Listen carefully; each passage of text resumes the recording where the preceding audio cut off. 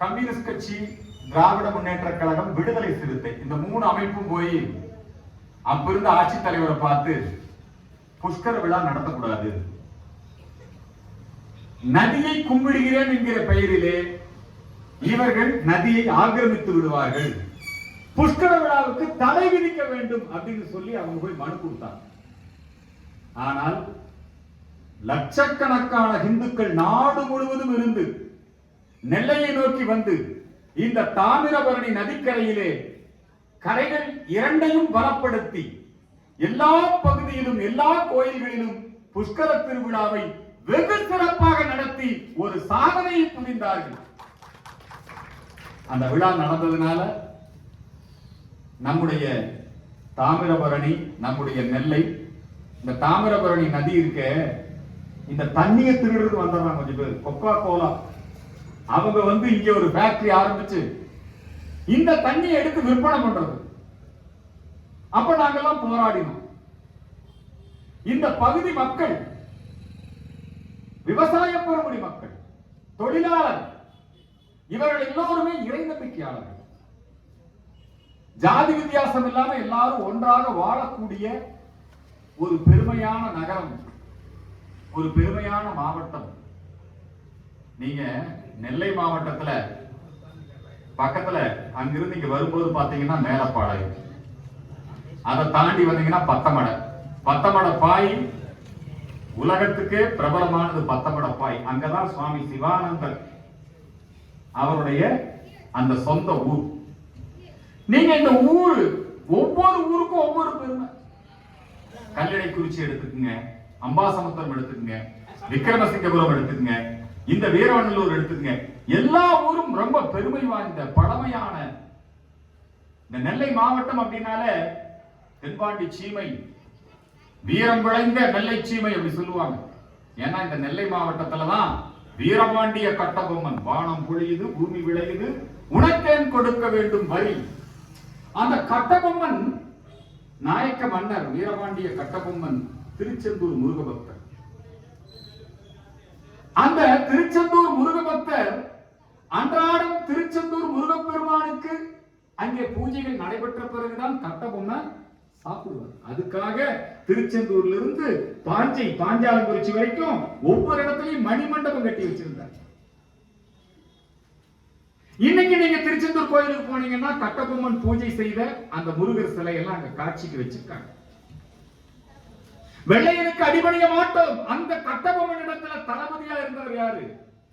பகதூர் வெள்ளையத்தேவன். அந்த பகதூர் வெள்ளையத்தேவன் இன்னொரு தளபதி வீரன் சுந்தரலிங்கம், கட்டபொம்மனுடைய படைத்தளபதிகள்.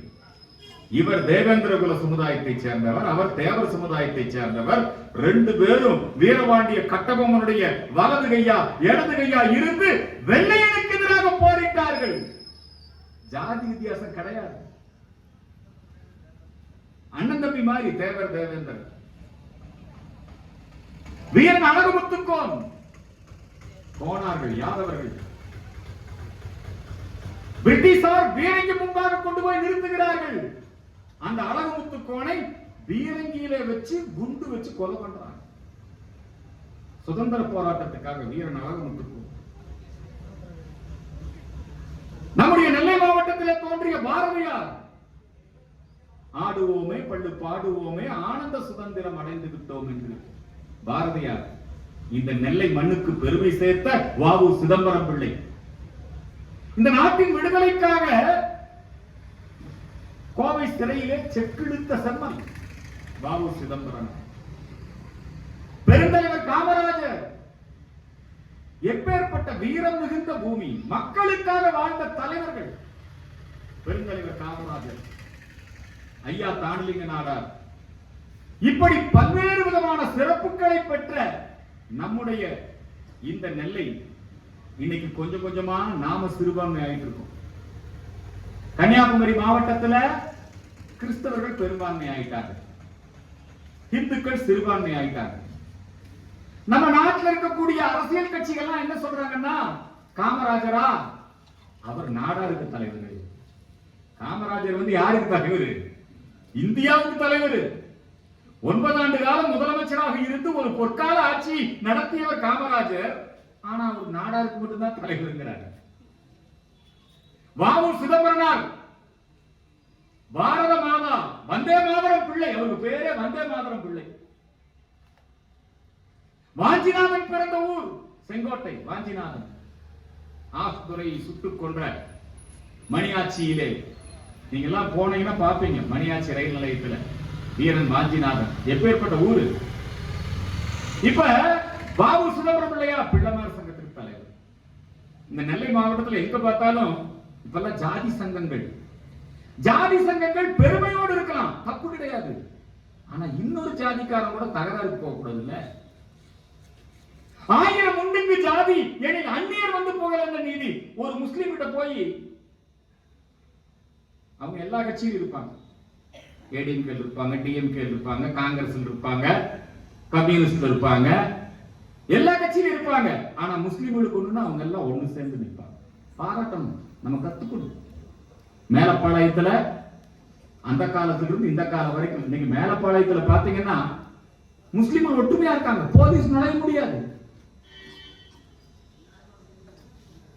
மேஜர் முகுந்த் சரவணன் இல்லையா, மேஜர் முகுந்த், அவரை பத்தி ஒரு படம், அமரன் ஒரு படம். அந்த படம் வருது, தியேட்டர்ல கொண்டு போய் குண்டு எடுத்து கொண்டு போய் வீசலாம், பெட்ரோல் குண்டு வீசலாம். அவனை போய் பிடிக்க முடிய மாட்டேங்குது. SDPI, Popular Front of India, இப்படி பல்வேறு விதமான தீவிரவாத அமைப்புகள் போலீஸ மிரட்டுறாங்க. முஸ்லிம்கள் அவர்கள் எந்த கட்சியில் இருந்தாலும் அவங்களுக்கு ஒரு பிரச்சனை ஒண்ணா இருக்கான். கிறிஸ்தவர்கள் எந்த கட்சியில் இருந்தாலும் அவங்களுக்கு ஒரு பிரச்சனை ஒண்ணா இருக்கான். ஆனா இந்துக்களாகிய நாம் நம்ம தேசிய தலைவர்களை எல்லாம் ஜாதி தலைவர்களா மாத்தி, இப்ப அண்ணா அப்படின்னா தமிழர் தலைவருங்கிறான், கருணாநிதினா தமிழின தலைவருங்கிறான், திருமாவளவன எழுச்சி தமிழருங்கிறான். அப்ப காமராஜர் எல்லாம் தமிழர் இல்லையா? வாவு சிதம்பரம் தமிழர் இல்லையா? தேசிய தலைவரை எல்லாம் ஜாதி தலைவரா மாத்தி ஜாதி தலைவரா இருக்கிறவன் எல்லாம் இவன் தேசிய தலைவர். திருமாவளவன் தேசிய தலைவர் இல்லையா? என்னங்க அநியாயமா இருக்கு. திராவிட தலைவர் தேசிய தலைவர். இந்துக்கள் என்றைக்கு நாம் அனைவரும் இந்துக்கள், நமக்கு தேவை ஒற்றுமை என்கிற உணர்வை பெறுகிறார்களோ அப்பதான் நம்ம இந்து சமயத்தை காப்பாற்ற முடியும். இல்லன்னா இன்னைக்கு கன்னியாகுமரியில நாம சிறுபான்மை ஆயிட்டோம். பல இடங்கள்ல மோசடி, மதமாற்றங்கள் நடக்குது. குறிப்பாக நாடார் சமுதாயம் மதமாற்றத்தால் மிக கடுமையாக பாதிக்கப்படுகிறது. பொண்ணு கொடுத்தாலும் பொண்ணு எடுத்தாலும் அப்படியே கிறிஸ்துவ மதத்துக்கு போயிடுறாங்க. கிறிஸ்துவ மதத்துக்கு போறதுனால நமக்கு ஒன்றும் பிரச்சனை இல்லை. நமக்கு எல்லா கடவுளும் ஒரே கடவுள் தான். நமக்கு ஒன்றும் ஏசப்பாவோட தகராறு கிடையாது, அல்லது அல்லாவோட எந்த தகராறும் கிடையாது. நாமெல்லாம் அண்ணன் தம்பிகளா, வந்தாரை வாழ வைக்கும், எல்லோரும் ஒரு குலம், எல்லோரும் ஒரு நிலை, ஒன்றே குலம் ஒருவனே தேவன், அப்படி வாழக்கூடியவங்க நாம், எல்லாரையும் மதிக்கிறவங்க. ஆனா அவங்க எப்படி வாழ்றாங்க? எவ்வளவும் சம்மதமே. நம்ம வியாபார தளத்துல, நம்ம கடையில, நம்ம வீட்டுல, நம்ம கோயில்ல கூட வச்சிருக்கோம் எவ்வளவும் சம்மதமே. ஒரு சர்ச்சிலேயாவது எவ்வளவும் சம்மதமேன்னு நீங்க பண்ண முடியுமா? இப்ப கிறிஸ்துமஸ் நடந்துகிட்டு இருக்குது. அந்த கிறிஸ்துமஸ் அப்ப மேல்மருவத்தூர் ஆதிபராசக்தி கோயில்ல அம்பாளுக்கு மேரி மாதிரி நம்ம அலங்காரம் பண்ணி பார்க்கிறோம். இது மாதிரி எங்காவது சர்ச்சில் பண்ணுவாங்களா? ஜீசஸ் கையில அப்படி ஏதாவது பண்ண முடியுமா? பண்ண முடியாது. ஒரு மசூதியில பண்ண முடியுமா? பண்ண முடியாது. அவங்க அந்த அளவுக்கு அவங்க மதத்துல தெளிவா இருக்காங்க. நாம தான் ஏமாந்து இருக்கோம், மத மாற்றத்துக்கு பலியாகிறோம். வர வர நம்முடைய எண்ணிக்கை குறைந்து கொண்டே இருக்கிறது. அதன் காரணமாக இன்றைக்கு அரசியல் நம்ம கையில் இல்லை.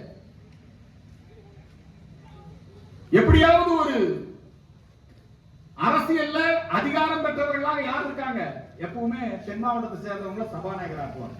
இப்ப ரத்னவேல் பாண்டியன் இல்லையா, எல்லாம் இங்க இருந்தாங்க, சபாநாயகரா இருந்தாரு. செல்லப்பாண்டியன் சபாநாயகரா இருந்தாரு.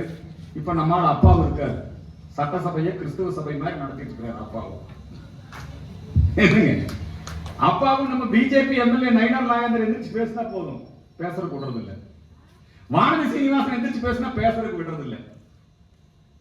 அவரே குறுக்க குறுக்க பேசிட்டே இருப்பார் அப்பா.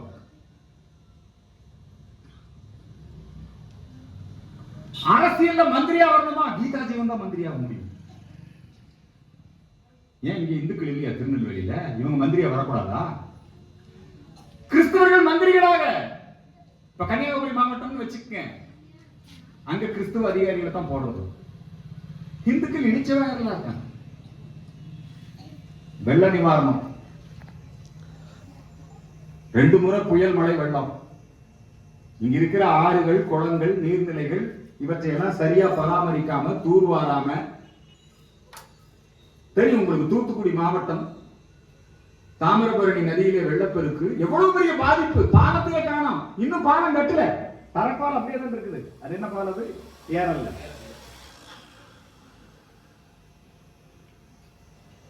இங்க மழை வெள்ள பாதிப்பு. இவங்க எதிர்கட்சியா இருந்த போது என்ன சொன்னாங்க? பொங்கலுக்கு 5000 ரூபாய் கொடுக்கணும். கனிமொழி அம்மா சொன்னாங்க. சாராய கடையை மூடுவோம். திமுக ஆட்சிக்கு வந்துருச்சுன்னா முதல் கையெழுத்து என்ன?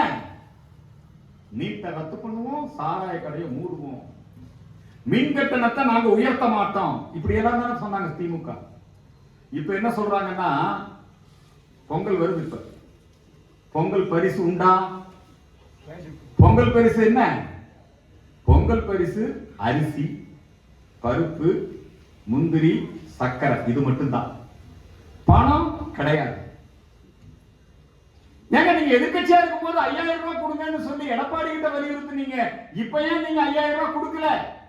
இந்த தூத்துக்குடி மாவட்டத்துல, இந்த நெல்லை மாவட்டத்துல மழை வெள்ளத்துல பாதிக்கப்பட்ட மக்களுக்கு ஒரு தனியார் ஐயா அவருடைய தொழில அவர் சம்பாதிச்சு இந்த பகுதி மக்களுக்கு வெள்ள நிவாரணம் கொரோனா காலகட்டத்தில் எவ்வளவு சேவைகள் செஞ்சிருக்காரு நம்ம டாக்டர். ஆனா அரசாங்கம் பண்ணுச்சா? அரசாங்கம் பண்ணுச்சா? எல்லாம் கட்சிக்காரரை வச்சுக்கிட்டு எந்த வகையிலுமே இந்த மக்களுக்கான அரசா இருக்கா? அவங்க கட்சிக்காரர் மட்டும்தான் நல்லா இருக்கணும், இப்படிதான் நினைக்கிறாங்க. இன்னைக்கு நமக்கு பொங்கல் பரிசு கிடையாது. நான் கேட்கிறேன், ரம்ஜான் வந்ததுன்னு வச்சுக்கோங்க, அந்த ரம்ஜானுக்கு நீங்க நோம்பு கஞ்சிக்கு அரிசி கொடுக்குறீங்க, பாராட்டுக்கு. ரம்ஜானுக்கு நீங்க நோம்பு கஞ்சி அரிசி நான் கொடுக்க மாட்டேன் சொல்ல முடியுமா? கிறிஸ்துமஸ் வந்தது, அந்த கிறிஸ்துமஸுக்கு நாங்க நலத்திட்ட உதவிகள் கொடுக்க மாட்டோம் சொல்ல முடியுமா? அதுக்கு மட்டும் உதயநிதி நேரா போய் சொல்றாருல்ல, கிறிஸ்துமஸுக்கு நாங்க நலத்திட்ட உதவிகளை வழங்குகிறோம். ஏன் பொங்கலுக்கு மட்டும் நீங்க பணம் கொடுக்க மாட்டேங்கிறீங்க? ஏன்னா இந்துக்களுக்கு சாராயம் கொடுத்தா போதும் இவன் முடிவு பண்ணிட்டான். டாஸ்மாக் தான். நீங்க தீபாவளி வந்ததுன்னு வச்சுக்கோங்க, இப்ப ரம்ஜான் பண்டிகைக்கு டாஸ்மாக்ல சிறப்பு விற்பனை நடத்த முடியுமா? கிறிஸ்துமஸ் பண்டிகைக்கு டாஸ்மாக்ல இலக்கு வச்சு மது விற்பனை செய்ய முடியுமா? ஆனா ஹிந்து பண்டிகை வந்ததுன்னு வச்சுக்கோங்க, தீபாவளிக்கு எங்க வசூல் அதிகம்? விஜய் பட வசூல் அதிகமா? அஜித் பட வசூல் அதிகமா? டாஸ்மாக்ல வசூல் அதிகமா? டாஸ்மாக்ல தான் வசூல் அதிகம். தீபாவளிக்கு மட்டும்தான் இலக்கு வச்சு மது விற்பாங்க. நம்முடைய இந்த அரசாங்கம் டாஸ்மாக் அரசாங்கமா இருக்கு. அதுலயும் பாருங்க, டாஸ்மாக்ல சாராயம் குடிச்சு செத்து போயிட்டான்னு வச்சுங்க, கள்ளச்சாராயம் குடிச்சு செத்து போயிட்டாங்கன்னா, டாஸ்மாக்ல குடிச்சு சாகல, கள்ளக்குறிச்சியில கள்ளச்சாராயம் குடிச்சு செத்தாங்க, அவங்களுக்கு 15 லட்சம் 10 லட்சம் கொடுக்குறான். ஆனா வெள்ள நிவாரணத்துக்கு இப்ப நீதிமன்றம் கேட்குது. அண்ணா பல்கலைக்கழகத்துல மாணவி கற்பழிக்கப்பட்டிருக்கிறார். அந்த எஃப்ஐஆர் எப்படி வெளியே வந்தது? ஒரு பெண் பலாத்காரப்படுத்தியிருக்காங்க, அந்த பெண்ணோட பேரெல்லாம் எப்படி வெளியிட்டீங்க? ஏன் கேமராக்கள் வேலை செய்யல? ஏன் இந்த வழக்கை சரியா புலன் விசாரணை செய்யல? இந்த குற்றச்சாட்டுக்கு ஆளானவன் ஏற்கனவே 16 வழக்குகள்ல இருக்கிறவன், அவன் ஒரு தொடர் குற்றவாளி. அந்த குற்றவாளி எப்படி பல்கலைக்கழகத்துக்குள்ள வந்தான்? இந்த கேள்வி எல்லாம் நீதிமன்றம் கேட்குது. அண்ணாமலை என்ன கேள்வி கேட்டு தன்னை சவுக்கால அடிச்சுக்கிட்டாரோ அதே கேள்வியை இன்னைக்கு நீதிமன்றம் கேட்குது. இவங்க என்னங்கிறாங்கன்னா, மணிப்பூர்ல என்ன, இந்த ஊர்ல நீ சரியா ஆட்சி நடத்தல, இந்த ஊர்ல பெண்களுக்கு பாதுகாப்பு இல்ல, இந்த ஊர்ல இப்ப நெல்லையில எத்தனை கொலை? நீதிமன்றத்துக்கு முன்னாடி கொலை பண்றான்.